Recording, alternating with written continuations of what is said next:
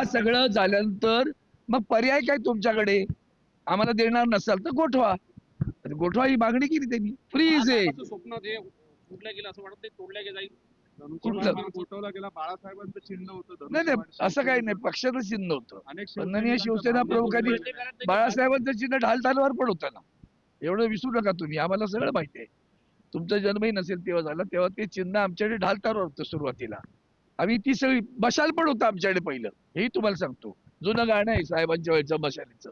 तर ढाल तलवार होतं, मशाल होती, मधल्या काळात धनुष्यबाण होता. आता हा धनुष्यबाण आम्हाला मिळावा अशीच आमची अपेक्षा आहे. पण जर कोर्टाला पर्याय सांगितलं तर पर्याय सांगून टाकला, मग फ्रीज तरी करा. बोललो नाही असं होतं का माने?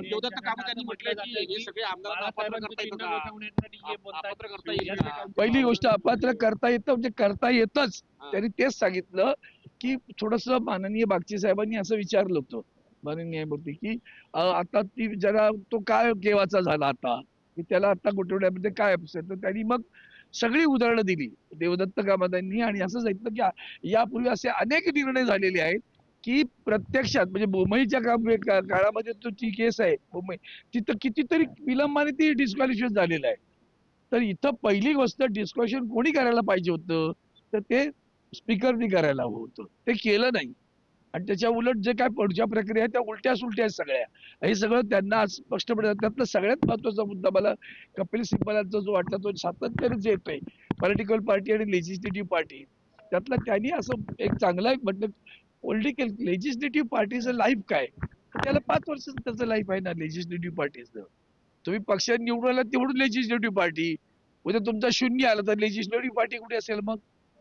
मग पक्ष म्हणजे पक्ष नसेल का? तर पॉलिटिकल पार्टी कायम असते, लेजिस्लेटिव्ह पार्टी मर्यादित असते. हा एक अतिशय चांगला मुद्दा त्यांनी त्या ठिकाणी मांडलेला आहे.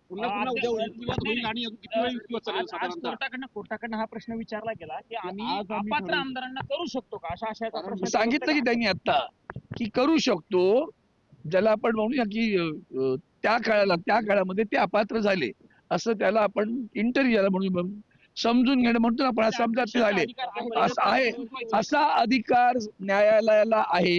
हेच माननीय देवदत्त कामत शेवटच्या ज्या अर्धा तासामध्ये सातत्याने सांगत होते, यांना डिस्क्वालिफाय करता येतं.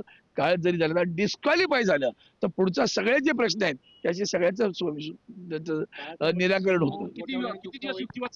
आता उद्याचा दिवस आहे, उद्याचा आमचा युक्तिवाद संपेल आणि त्यानंतर त्यांचा युक्तिवाद. शिवसेनेच्या भावना आता बशाली बरोबर पण जोडल्यात ना. बशाली सोबत आता आम्ही लढलो नाही का? बशाली सोबत लढले नाही. तुम्ही आता हे भावनिक लावून आग लावायचं काम करण्याची गरज नाही. मी सांगितलं ना की शिवसेनेकडे धनुष्यबाण होता. शिवसेनेच्या नाही मला माहिती आहे तुमचा हेतू कळतो. बघा मला काय तो आग लायला त्यांचं कारण सांगतो मला मी. हे एकदा प्रश्न विचारून सुटला असतं ना, 10 वेळा विचारतात तेव्हा निश्चितपणे हेतू आहे त्याच्या मागचा. तो हेतू तुमचा होणार नाही साध्य. आम्ही आज बशाल घेऊन उभे आहोत आणि आम्हाला अजूनही धनुष्यबाण हवंय. आम्ही धनुष्यबाण सोडलंय असं कुठेही म्हटलेलं नाही. आम्ही असं म्हटलं की नसाल तर मग निदान त्यांना द्यायचं नाही, असं आमचा तो पर्याय आहे. खासदार अरविंद सावंत यांची मोठी प्रतिक्रिया आहे. आम्ही धनुष्यबाणाचा हट्ट सोडलेला नाहीये, आमचा तो आग्रह आहे, हक्क आहे.